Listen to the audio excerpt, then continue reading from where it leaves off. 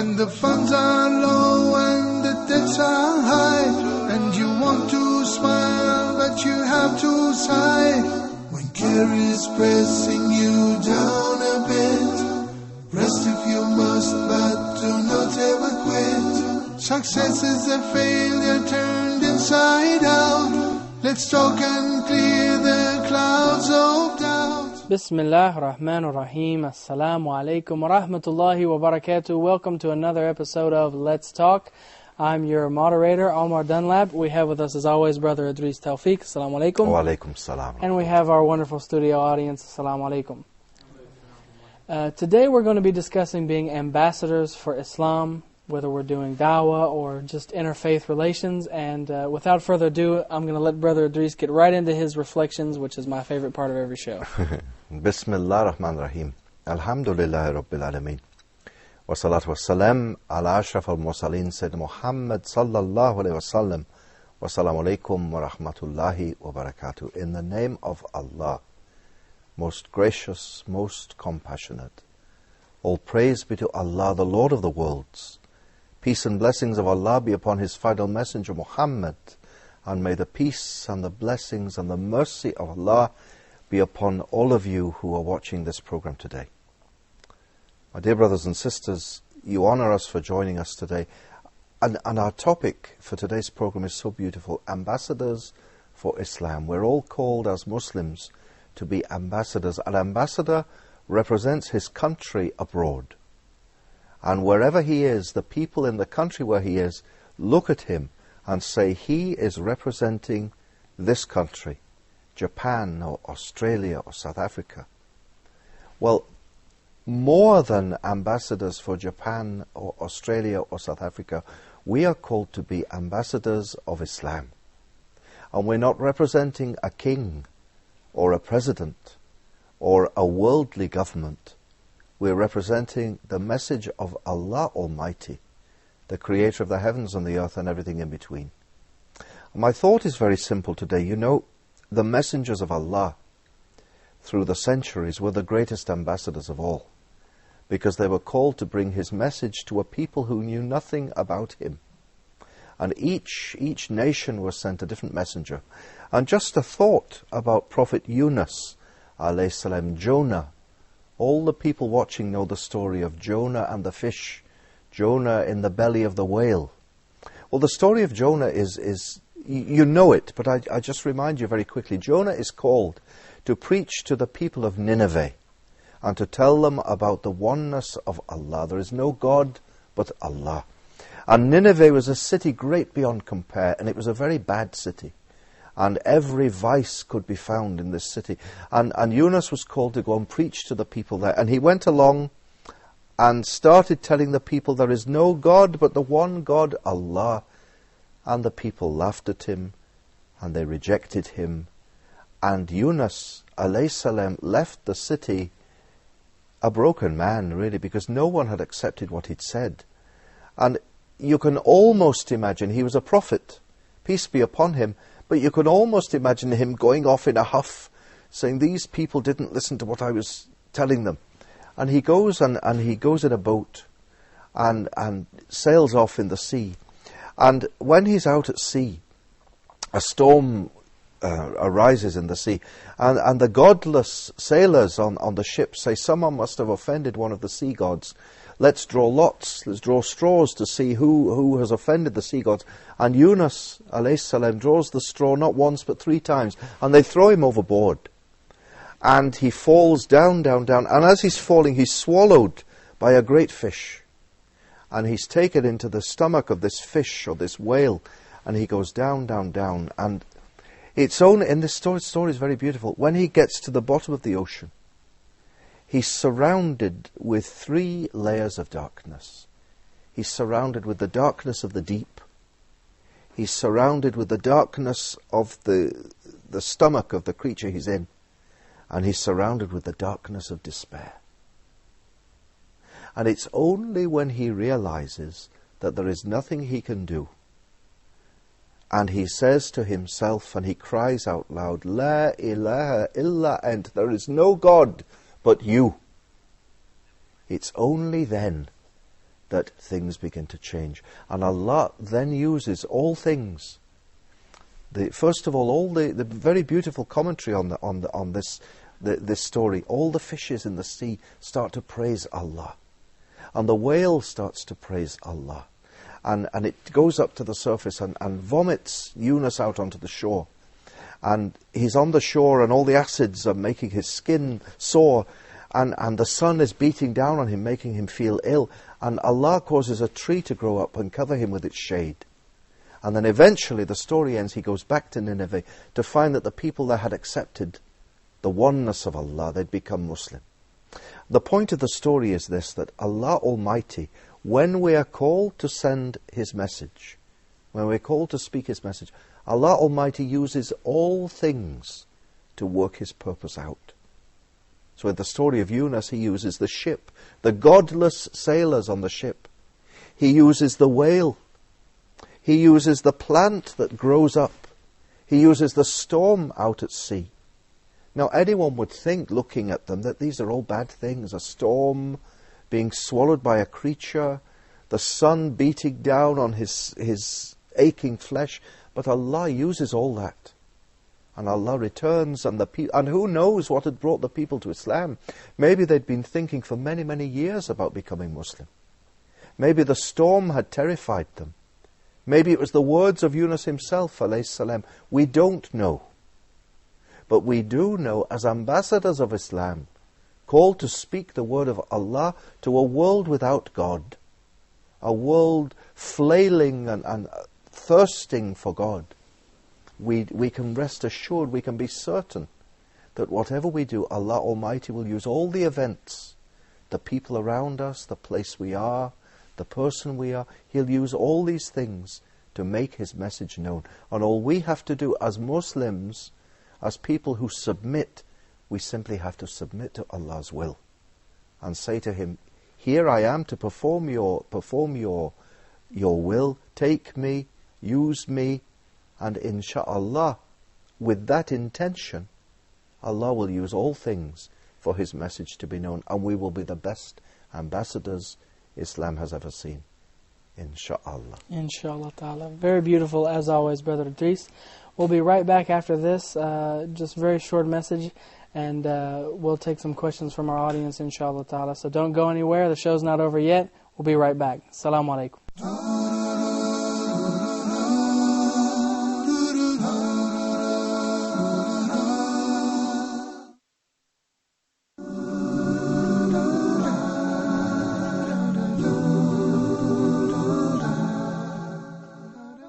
Earth, the human heart, greed, exploitation, hatred, all diseases of the heart. For the cure, join Huda TV every Sunday at 20 GMT for Moments for the Heart.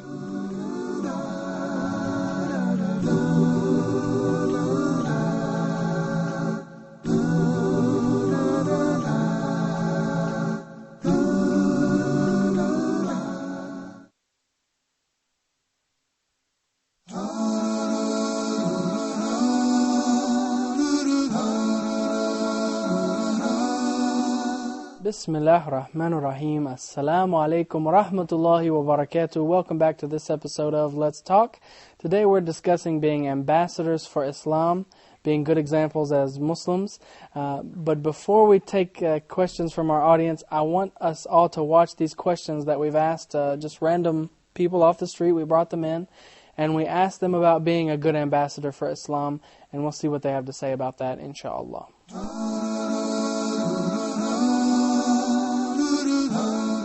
In this episode of Let's Talk, we're talking about people being good ambassadors for Islam or not. As an ordinary Muslim, Atif, can you tell me why maybe we're not good ambassadors for Islam? As I told you before, it's a matter of implementation of Islam, because we don't implement Islam in our life. This is why people doesn't show Islam in their life. That's what I mean. Maybe it's because most Muslims live in the third world countries, so we're not as good and smart as the Western people. Okay, so you mean people have a bad image of Islam? Yeah, they look that we're still behind. Okay. And what about you and me?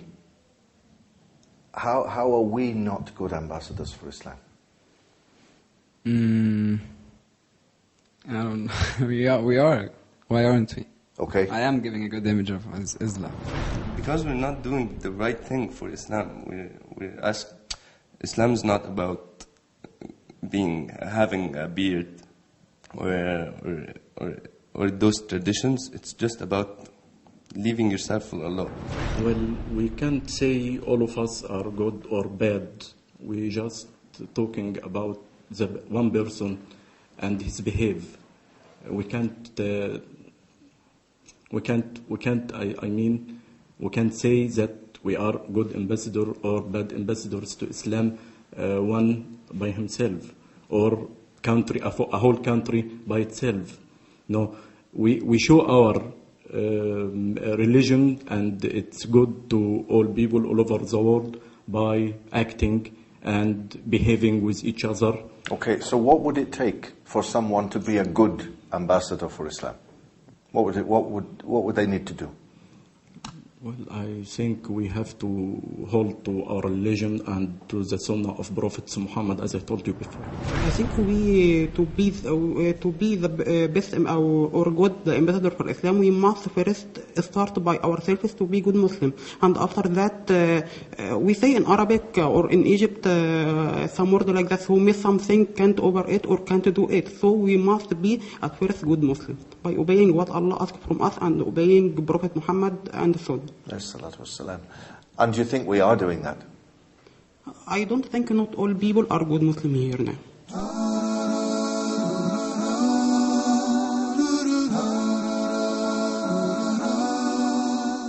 Well, those were very interesting thoughts.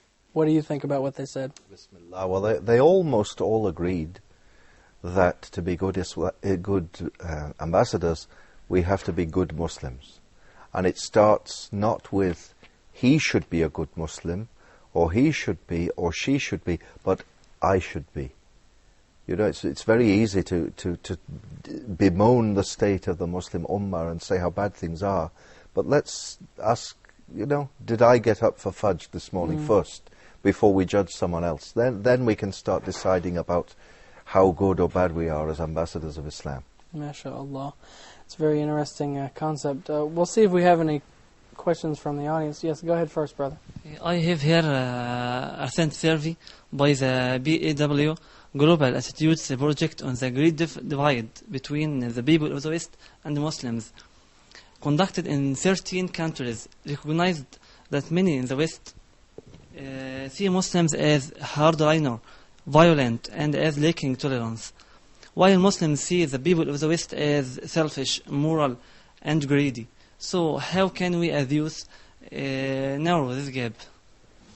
Bismillah ar-Rahman ar-Rahim. That's very true, actually, what you're saying. But the gist of it is that a survey of 13 countries shows that Muslims think people in the West are immoral, lacking in all kinds of civility, whereas people in the West see Muslims as being hardliners and intolerant. And we've said many times on this program, you know, if we don't know each other, if we've never met each other, we're never going to correct the balance. So how do we do it? As ambassadors, that's how we do it.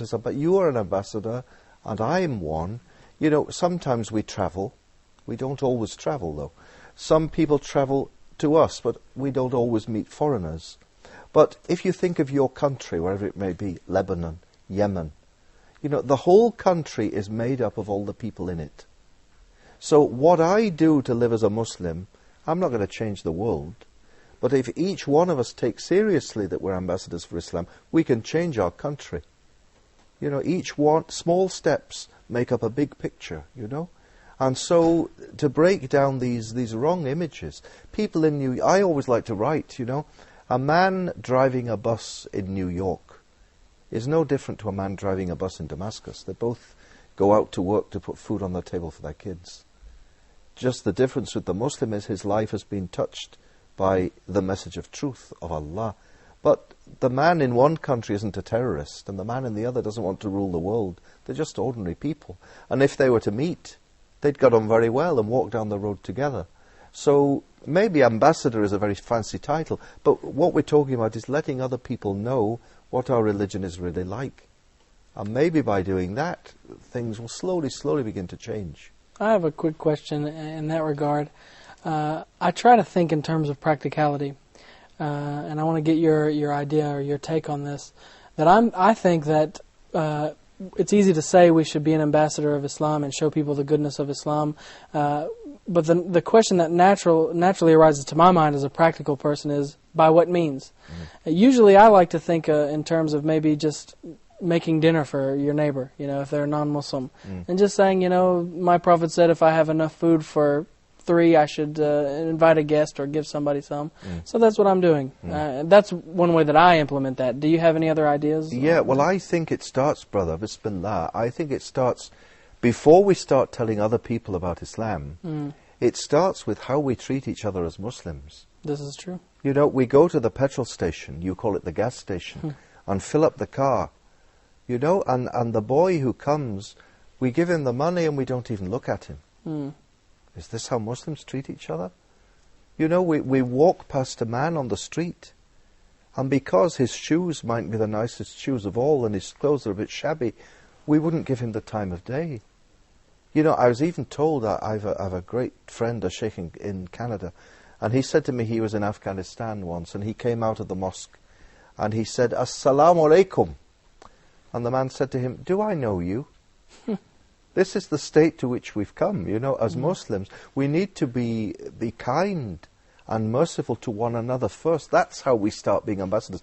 Don't think, a lot of young people especially, they ask me, we want to be callers to Islam. Well, never mind being callers to Islam. Start, first of all, with your family. Obey your parents. Love your wife. Look after your kids. That's where that's where it begins. And if we don't have that base, well, all the rest of telling other people about Islam, it's all just talk. It's made up. It isn't true. Right. So it must be grounded in, we must be good Muslims first. Or we can't tell other people about Islam. How could we tell them? We'd just be telling lies. Right. So let's be nice to one another as Muslims. Let's love each other as brothers and sisters. And then people will say, gosh, look at these Muslims. They're fantastic people. It's that old saying, you attract more bees with honey than you do with anything else. A barrel full of vinegar, yeah. Yeah, that's right. Do we have another question? Yes, go ahead, brother. Yes, Mr. Now the Ummah is seeking someone to be the color and to restore the pride of the Ummah. In that connection, who do you suppose who is a qualified person that the Ummah should go forward? And if you could answer that in about 3 minutes, because that's the time we have left for this segment. Bismillah ar-Rahman ar-Rahim. Well, we have one program, one episode of Let's Talk, and we talk about Muslim leadership in the Muslim world. And one idea that we talk about on the program is that we are, in a sense, we are all Khalifa of Allah. We're all called upon to be leaders in the Muslim world. And again, this idea, it's a different topic, the idea of the caliphate. We talk about this another time. But again, there's a danger of looking for someone else to solve our problems. Who is going to save us? Who is going to come? Who will lead us? Where is Salah ad-Din today? Well, there is no Salah ad-Din today, but maybe you and I are called to be Salah ad-Din today.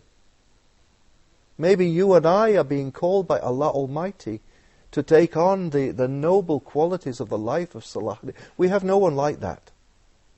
But why can't we? As Muslim, why can't we be Salah ad-Din? So instead of us looking elsewhere, let's start again. It's becoming a common theme that you're hearing from me in this show all the time. Let's start with ourselves. Let us, encourage other Muslims. Let's be ambassadors to one another first, and not ambassadors of nonsense. With your friends, be an ambassador of Islam. It's a fancy title, but when you go out with your friends, you are an ambassador of Islam to them, in a very gentle way. You're not going to say to them, "Oh, I must tell you about Islam." But when your friend starts to drink with his left hand, you say, "No, you don't do that, brother." That's being an ambassador of Islam, because you're telling people about Islam. And as well, you don't just say to him, don't drink with that hand, brother, and then you do it yourself. You set by good example. So when the prayer comes, you say, come on, brothers, let's pray. That's how we're ambassadors. We needn't be we're always looking for somewhere else. Why doesn't someone do something about it? That's the syndrome. Well, why doesn't someone close that window? It's very cold. Get up and close the window yourself. We are Salahuddin today. Let each one, if we really believe that in our hearts, this ummah would be extraordinary. There would be a massive revival. And once more, Islam would flood. I always like to say, people talk about the golden age of Islam in the West, and they talk about Al-Andalus, when the Muslims in Spain were at their peak, and Jews and Christians were honoured and held positions at the court, and their religions were respected, but Islam truly flourished. People call that the golden age of Islam. I tell them, today is the golden age of Islam. We don't need to hark back or look forward. We have everything. Islam is perfect. It's perfect. It's lacking in nothing. So why cannot today be the golden age of Islam if we live as Muslims? If we live as Muslims, that's the key. Inshallah. I would like to close out this segment, but before I do, I just want to mention that, it's as he said, if we had a change of heart, if we stop envying the West, really envy, what did the Prophet say about envy, for example? It eats your good deeds like fire eats wood. Don't worry about what they're doing, If you stop relying on other than Allah, don't rely on your PhD or your paycheck, rely on Allah subhanahu wa ta'ala. I'm not saying don't work, we have to work, very hard in fact. But, we need a change of heart, I think is what the brother's saying. We have to become very sincere people, become great people. And if everyone did that tonight, by the time you woke up tomorrow, we would have victory. There's no doubt in my mind about that. Well, anyway, that's where I want to close this. If it's okay with you, if you don't want to add anything to that. We're up against a hard break. We'll be right back with a very special guest, and we'll continue the show, inshallah. So don't go anywhere. Assalamu alaikum.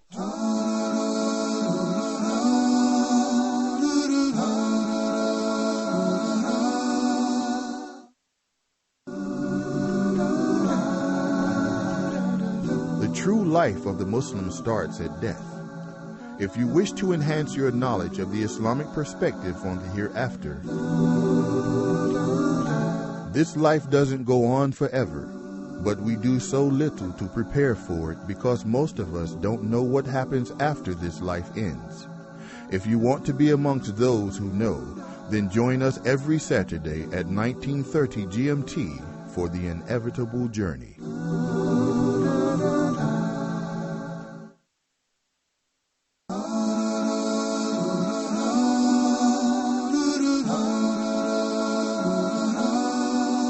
Bismillah ar-Rahman ar-Rahim. Assalamu alaikum wa rahmatullahi wa barakatuh. Welcome back to this episode of Let's Talk. Today we're discussing being ambassadors for Islam, being good examples, and so forth. And we have a very special guest with us in our studio. Brother Idris, would you like to introduce our guest? I'd be delighted to. Yusuf, I'm delighted to welcome you. We welcome with us today, we're honoured to have with us today, Yusuf Rashid. Yusuf is the second secretary in the Political and Public Affairs section at the Canadian Embassy here in Cairo. And you do honour us by coming to join us today. Thank you, Idris. Assalamu alaikum wa rahmatullah. Alaikum assalam, shukran. And the reason we invited Yusuf Rashid to come with us today is because we've been talking about being ambassadors for Islam. And we're going to talk about the work of an ambassador or the work in an embassy. And while we're talking, I'd like you to compare what's being said about representing your country abroad to what we've been talking about earlier on about representing Islam to others. And I think you'll find there are very interesting parallels to what's being said. My first question to you, Yusuf, it's a bit of a sneaky question, but are you the token Muslim in the Canadian Embassy in Cairo? Well, that's a good question. Thinking about it, we only have 19 Canadians in the embassy. And yeah, I believe I am the only Muslim among the Canadians. But that being said, we also have a number of Egyptians who work in the embassy, about 60, I believe. And of course, the Egyptians, there's a mix of Christians and Muslims. So in total, there's a number of Muslims working in the embassy. We have a mix of all religions represented, and it's interesting, and it it reinforces the diversity which Canada stands for, and I think it makes for a good workplace. Are you unusual in that you're because you work in the Canadian Diplomatic Service? Are there many Muslims working in the? Do you know? Did you know that? Yeah, I know quite a number of Muslims working in the diplomatic service, in the foreign service. In fact, I was hired with a number of them. I think what our foreign service tries to do in its hiring practices is reflect the diversity of Canada as a country. Canada has nearly 1 million Muslims among its population, and so of course, in hiring foreign service officers which will represent Canada abroad, the department tries to reflect the diversity within Canada. So we have foreign service officers of all ethnicities, all religions, all backgrounds, and I think it makes for a very good workplace and an excellent way to represent Canada abroad. And you're from Vancouver. I'm from Vancouver, the west coast on the west coast. The far coast, yes. I asked you earlier on, is it like the Wild West? But it's not quite the Wild West. Perhaps it used to be, but no, it's a very nice town, and it's where I spent my childhood, where I grew up with both my parents, and I think it's basically the polar opposite of Egypt, which makes for an enjoyable experience here. All of the things that I missed being in Vancouver, I get in boatloads here, whereas there's of course some things I miss about my hometown, but it's like what? Well, the mountains and the ocean for one. Of course, living in the middle of Cairo and Zamalek, getting out and taking advantage of nature isn't the easiest thing in the world to do. I grew up skiing since the age of 3, so I don't get to do too much of that in the Middle East. But it's there's a whole range of new opportunities here, new things to do. Are there many Muslims in Vancouver? There are quite a few Muslims in Vancouver. My father, being from Pakistan, is part of a large Pakistani community in Vancouver. I see. A lot of East Asians, also a lot of Persians in Vancouver, and of course, as through all the major cities in Canada, there's a lot of people from the Arab world. One of my best friends growing up was from Lebanon, and I know Vancouver has tens of thousands, if not hundreds of thousands of Muslims. And so Vancouver, like most of the cities in Canada, is very diverse. We're just kind of weaving in and out of things, but one thing that comes to mind straight away is, when you think about Canada, it seems to me, and in fact I've said this in a talk in the embassy in Cairo, Canada's standing is quite good in the Muslim world, or it has been, because it's not been associated with what we might call the excesses of your neighbour. You've kind of followed your own path, and Canada played an important role in the Suez crisis here in Egypt, and encouraged peacekeeping. And so, what do you think Canada has to offer to the Muslim world, coming from the West? You're quite an emerging voice in the world. What can Canada contribute that maybe the United States can't? The United States is looking for dialogue. We've not seen much evidence of it, but it's looking for dialogue. What can Canada offer, maybe?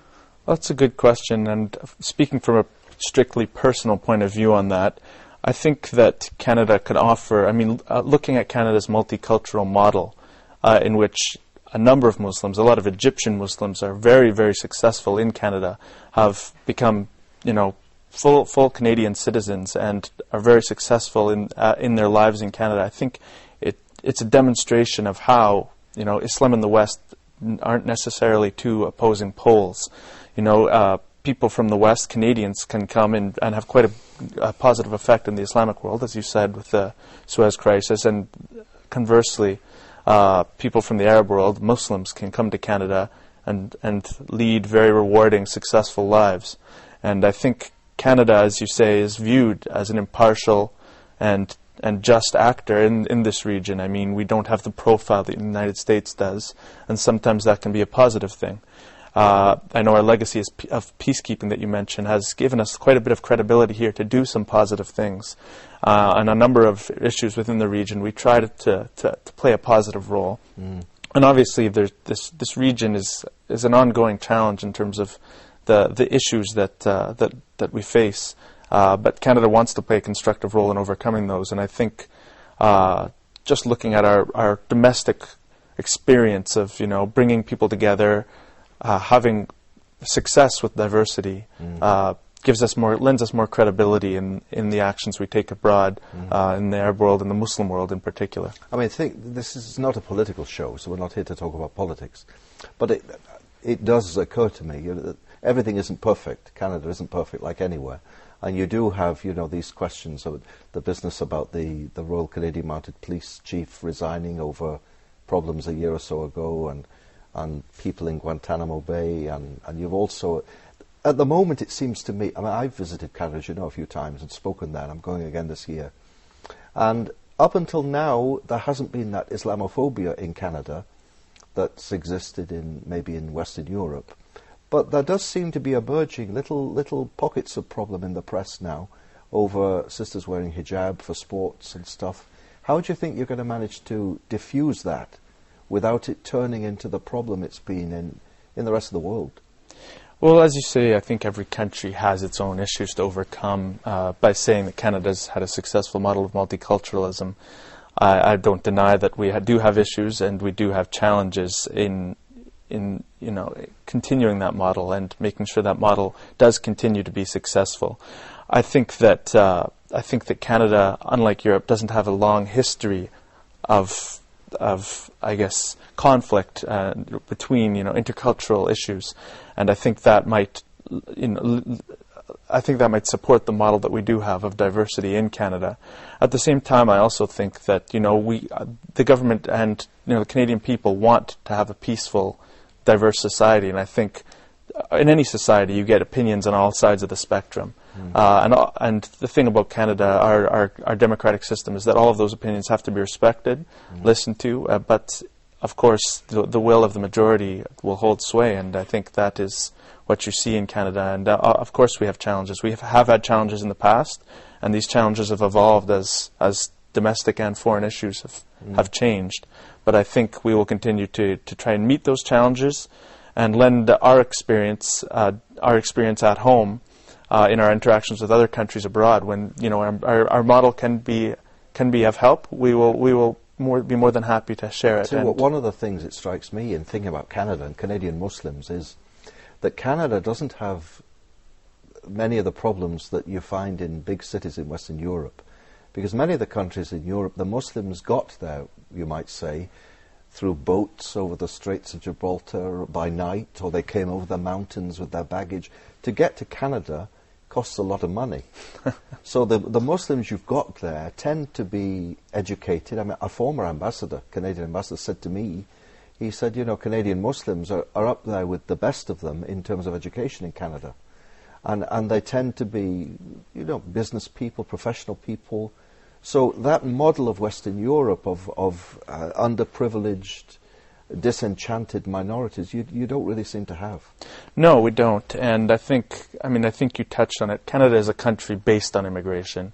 Our country relies on continuous immigration to maintain the model we have.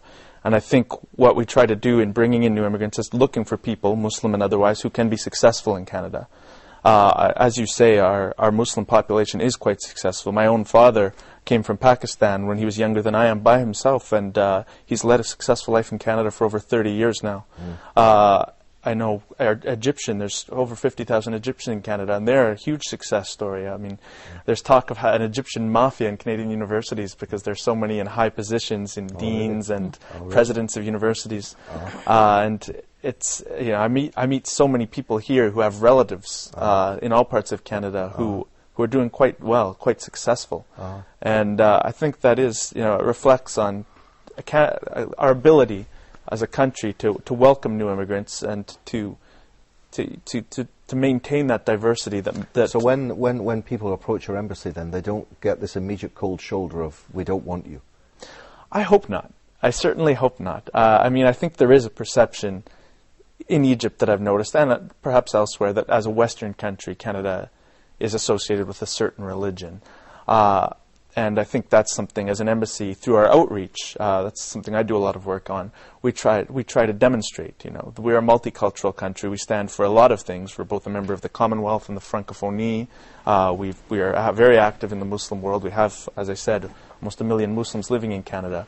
And I think that's a message we try to get across, is that Canada is open to all people who who, are Well, interested you're in doing very engaging well on to the same sell your level with us. country. It's all very convincing. Actually, I heard something from a Canadian speaker one time, and he was Muslim, and he was saying that America is like a melting pot, or at least they expect everyone to come and just become American, which causes problems. But he said Canadian, we kind of view it more as like a patchwork quilt. There's this group here, and they have their culture, and that's fine, and they don't have any problem with the other group that lives in the neighborhood next to them doing their same sort of practices. Is that an accurate... I know. I mean, that's what we've been taught since grade school in Canada, the mosaic versus melting pot dichotomy. I think, obviously, it's somewhat of a generalization. In Canada, it's not always that simple. In the States, it's not always that simple. And, you have Muslims in the States who are just like any other American. You have Muslims in Canada who don't feel quite at home in the country yet. I think, looking at that model, that's something that we're proud of. We have people from a number of different backgrounds. I think they say Toronto is one of the most multicultural cities on earth. But, people are still Canadian. And I think that's something that I found interesting in Egypt coming here, is that people don't always believe me that I'm a full Canadian because my name is Yusuf Rashid. And I think that's an opportunity to educate people on what Canada's about. I think more than half of Canadians have at least one parent who was born abroad. And really? that is as an immigrant country, that's the way it will always be, I suppose. What made you enter you call it the Foreign Service? The Foreign Service. What made you enter the Department Foreign of Foreign Service? Affairs. Actually, it was somewhat happenstance. I was studying abroad in Turkey, which was interesting on a whole other level, because it was the first time I'd lived as a grown-up in a Muslim country. Going from a country where we very rarely come across people named Yusuf to a country where every other person seems to be. In Turkey, of course, it's Yusuf. It kind of gave me a motivation to rediscover my own heritage.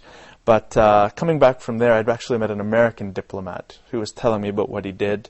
I thought it sounded fascinating and thought it would be something that I would like to do at a later date. Got back and realized that our department was hiring. I thought at the time that I'd probably need to have more experience, but I think diplomacy in general is now based a lot more on the type of person you are and the type of skills you possess and can acquire, rather than having written some long thesis on some obscure political theory, which favored me, of course, at the time. So I threw my name in the hat and ended up being selected among the hires. Inshallah, one day you'll be an ambassador. Alhamdulillah. What are the qualities of an ambassador? What qualities does a good ambassador need? This isn't just your ambassador, but no, any of course ambassador. not. In my opinion, from my experience in the department, a good ambassador is able to engage with all people, whether he agrees with them or not. I think a good ambassador is able to build bridges, able, of course, to maintain Canada's interest at all times, but at the same time reach out and see what others what others' interests are and what others stand for. And of course, you have to be a good communicator as an ambassador. I think your role is representing Canada. You are basically the embodiment of Canada in another country. And so in that role, you're responsible. You're very responsible for Canada's image, but of course, reflecting the other country's concerns back to the decision makers in Ottawa. So I think, that's one thing I've been working on since I've come to Egypt, is trying to understand what makes people tick here, because Egypt is very different than Canada. There's many aspects of Egypt that are completely different than Canada, and those are not necessarily positive things, they're not necessarily negative things. They're very different. And this is as my first posting abroad, I think that's been the biggest adjustment, is coming to appreciate the things that are different in Egypt, and seeing how this can reflect the relationship between Egypt and Canada, and trying to reinforce that relationship, because it is a positive thing. MashaAllah. We're out of time for this segment. Okay. So I think we'll come back in a few minutes, so don't go away. We'll take some questions from our audience. We'll hopefully be able to finish Brother Idris's thought, and we'll get to our emails, inshallah. We'll be right back. Assalamu alaikum.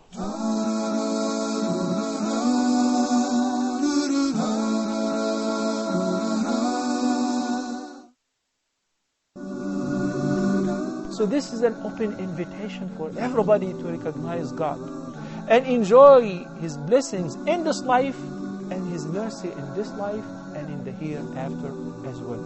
Allah, Ar-Rahman, Ar-Rahim. Each name has a meaning. Each name signifies a nature of Allah the Almighty which no one shares or is compared to Allah in it.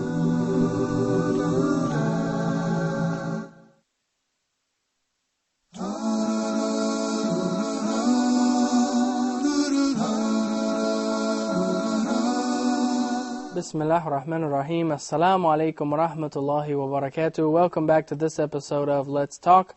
We're talking about being an ambassador for Islam, and we actually have someone from an embassy here in the studio with us because that's very appropriate, I think. But before we get to our questions from our audience, Brother Idris, you had something you were going to say just before we went to break. Yeah, well, Bismillah, I was very struck listening to what Yusuf Rashid was saying.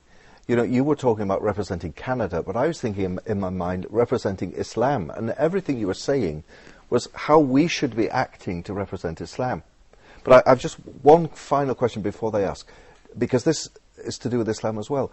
As a representative of Canada abroad, do you feel yourself to be under scrutiny all the time? I think that's a very interesting question. Yes and no. I mean, I think as a representative of Canada abroad, you have a responsibility that you may not have just traveling as an independent or as a student. I mean, that's why I'm in Egypt, why I live in Egypt, is to represent Canada. And because of that, I have a responsibility to act in a certain way or to represent my country positively. I mean, if I do something negatively, if I do something to offend Egyptians, that not only comes back on me, but it makes Canada look bad. And I think, tying into what you were saying, I think, you know, as a Muslim living abroad, it would be the same thing. And so it is a responsibility, not necessarily a negative thing, and I wouldn't call it scrutiny, but I would say that it's something that I think about when I am meeting new people, and it's something that, as a responsibility, you know, I do take pride in my country, and I do take, you know, pride in the position I have here in Egypt, and it's something that I try to maintain positively. MashaAllah. Well, I think we'll go now to the questions from our audience. Yes, go ahead, brother. You are welcome here at TV channel and our program Let Us Talk. Just to ask one question. Bismillah ar-Rahman ar-Rahim. How can you reflect on the title Ambassador of Islam, and in comparison with other ambassadors, like Canadian ambassador here in Cairo and Egyptian ambassador in Canada? How can you reflect on the missions? How can you reflect on the jobs, on the missions, and on their messages? It's a good question. I think the title Ambassador of Islam, or the concept of being an ambassador of Islam, is similar to being an ambassador of a country. The important thing is that you want to portray yourself and your religion, in this case, positively. And I think by, you know, when you're abroad as a Muslim, by acting in a positive, friendly manner, you can eliminate a lot of misconceptions that people may have about Muslims. I know in many countries in the West, Canada included, there are people who don't quite understand Islam. It is somewhat misunderstood, despite the large number of Muslims who live in the West. And I think that being an ambassador of Islam means showing people that you can be Muslim on one hand, but still be a positive, friendly, and good person on the other. And I think that's the important thing about being an ambassador of Islam or an ambassador of a country. I mean, as an ambassador of a country, you want to represent the positive qualities of your country. As an ambassador of Islam, you want to show the positive qualities that Islam has to offer. And so it doesn't mean necessarily imposing your agenda on others, but it does mean representing yourself and your identity, and in this case, your religion, in the best way that you can. So how can you see the eligibility of both? How can you see that all Muslims are eligible to work as ambassador of Islam? I think so. I think as a Muslim, when you're abroad or around others, you are in a position to show the type of people that Muslims are, and that goes both ways. If you're acting in a way that reinforces people's negative perceptions, then it can be very destructive. Whereas if you're being positive and you're engaging people, then it shows people that Muslims are good people as well. Muslims are just like any other people. It's just it's religion, and it's different religions. But I think that by acting like as good people, Muslims are able to be good ambassadors of Islam. Okay. Mashallah. Yes, go ahead, brother. I have a comment. I think that everyone of us as Muslims is an ambassador of Islam. Suppose if any one of us travels to another country, for example, to Canada or a European country, and does a bad action, the people there will say the Muslims, all Muslims are bad people because due to this person. So we must show the good morals that Islam has taught us. Are you agree with me? I completely agree with you. And as you say, unfortunately, when negative things happen, there have been some incidences where things like that have happened, and it has negative consequences for all Muslims, and that's extremely unfortunate. But as you say, it makes clear the responsibility that Muslims have when they're traveling abroad to represent themselves and their religion in the most positive way that's possible. So I would agree. Yes, I would agree very much with what you said. What about? Just let me come in. What about when you see? Do you represent Canada or the government of Canada? I would say I represent both. I work for the government of Canada, representing Canada. Okay. Well, let's say then the government of Canada comes up with something that you don't agree with. How do you represent that abroad? How do you cope with that in your life? I think that's a very good question, and I know it's a challenge that faces a lot of diplomats at some point in their career. A lot of government workers in general. I think you have to try to avoid situations that would be a major conflict of interest for you. Something that I would be very emotionally involved in is not an area necessarily that I would want to work in. As a government employee, of course, my job here is to inform the government's decisions, so I can look at it in that I have a role in what's going on. But at the same time, it's also to implement the government's decisions. And as a low-ranking at this point in my career diplomat, I'm in no position to go against them necessarily. I think that were there a situation which really ran against my beliefs, I would have to make a decision between staying in my position and carrying it out, or leaving the job and finding something else that corresponds with what I believe in. And I think that is a challenge, certainly. And I think it's not just a challenge in my career, it's a challenge in many careers. Working for a variety of organizations, governments, whatnot. But it's something that, whenever a given case presents itself, it's something you have to assess and make a decision based on. MashaAllah. Well, I think with the time we have left, I'd like to go to this email. Because I think we've not got enough time, really. We need more time. Well, this is the problem. But this is a very interesting email, and I think you probably will be able to comment on it for a while. It's from Brother Muhammad, and he says he's followed your programs and your writings, and he's interested to see that you're very heavily involved in interfaith dialogue. And he wants to know if we'll have an episode of Let's Talk dedicated to the subject of interfaith dialogue. But then he goes on to say, I don't understand why we should spend so much time talking with people whose religion is wrong. This is his wording. So he says, but he respects you and would like to know your take on that, inshallah. Bismillah ar-Rahman ar-Rahim. Well, do you know, when Yusuf was talking about the qualities of an ambassador, you were mentioning things like bridge building, you need to get on with people, you need to be very open, you need to be understanding, informed, communicate. You need to present yourself well, communicate well. And at the time, I was thinking not only about speaking about Islam, but especially speaking about Islam to those who are not Muslim. And sure, I do lots of work with religious leaders all over the world. And, often I go to, and I might do a radio show on a Muslim TV channel, and one of the brothers rings in and says, what were you doing meeting Archbishop so-and-so? Why did you waste your time meeting him? Well, the point is very simple. It's to go along. For that case was in Dublin. I went to the Archbishop of Dublin and said, sir, you honour me by this meeting. You honour all Muslims by this meeting. On behalf of all Muslims, I want to greet you with a greeting of friendship and of peace. And then we talk. And I say to him, I am a Muslim and this is what I believe. And you believe that Jesus died on the cross. I don't. But okay. I believe that you're wrong. But I believe that if you can say it, as Yusuf's been saying, if you can communicate well and say it in a respectful way, you can speak to people honestly and tell them what Islam is about. And you're not compromising at all. You're not appeasing anyone. You're not saying, you're not giving up anything of Islam. This is Islam. And I fully believe that Islam is the truth from Allah. I bear witness that there's no God but Allah and Muhammad is his messenger. Peace be upon him. But in this world in which we live, torn apart by religious strife, people of faith have more in common with each other than people with no faith at all, and with those secular people who would do away with faith.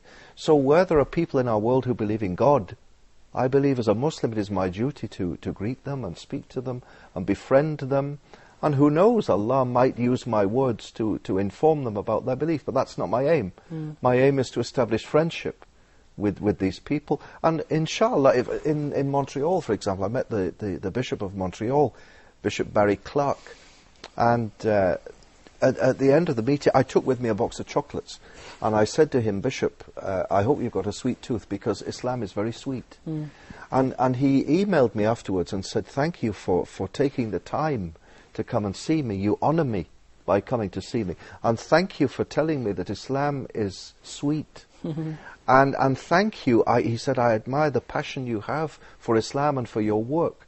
And inshallah, at the end of that meeting, he might sit and, I don't know how many Muslims he knows, but he might sit at the end and say to himself, well, I'd not thought that about Muslims before, really. Do you know? So that's the point of the point of the dialogue is to get to know one another. Why did Allah Almighty make us into nations and tribes? That we might know each other. And it's when we don't know the other, we become afraid of them. Right. And start making judgments and having prejudices against them. But when we know each other, we see that we're ordinary men and women, Ordinary men who go out to work to put food on the table for our kids. We've not got two heads. And so I can say in Edinburgh, I can say to the Bishop of Edinburgh, sir, I believe you are wrong in your belief that Jesus died on the cross. Because in the Quran it tells us clearly he didn't. But at the end I can embrace him and say, will you come for dinner with me? MashaAllah. So I think it's a very important work. It's the work of an ambassador, really. I think this is a very important topic we've had today, because, we're all called to be ambassadors of Islam, to one another, to people of no faith, and to people of faith. And the thing, I hope it struck you as much about Yusuf today, he's very cheerful, and he's proud of working for Canada. He said it, I'm proud of representing Canada. And he puts his best foot forward to talk about Canada. And when I said, you've done a very good job talking about Canada, everyone smiled. As Muslims, we should have exactly that same response from people. People should see in us, on our faces, the love we have for Islam. And maybe go away and say, well, I didn't think that about Islam before. MashaAllah. So interfaith dialogue is very, very important as a step for a better world. All right. It's just an interesting point, and I think we'll close with this thought that, and I've heard you actually say it before, it's not our job to convert the world to Islam, but if we change their opinion of it, we've done a great deal. We've done a great deal of good.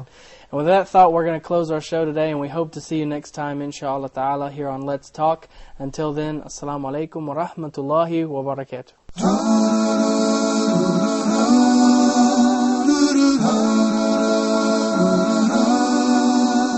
When things go wrong, as they sometimes will, when the road you're trudging seems all uphill, when things go wrong, as they sometimes will, when the road you're trudging seems all uphill, when the funds are low and the debts are high, and you want to smile but you have to sigh, when care is pressing you down a bit, rest if you must, but do not ever quit. Success is a failure turned inside out. Let's talk and clear the clouds of doubt. Success is a failure turned inside out. Let's talk and clear the clouds of doubt.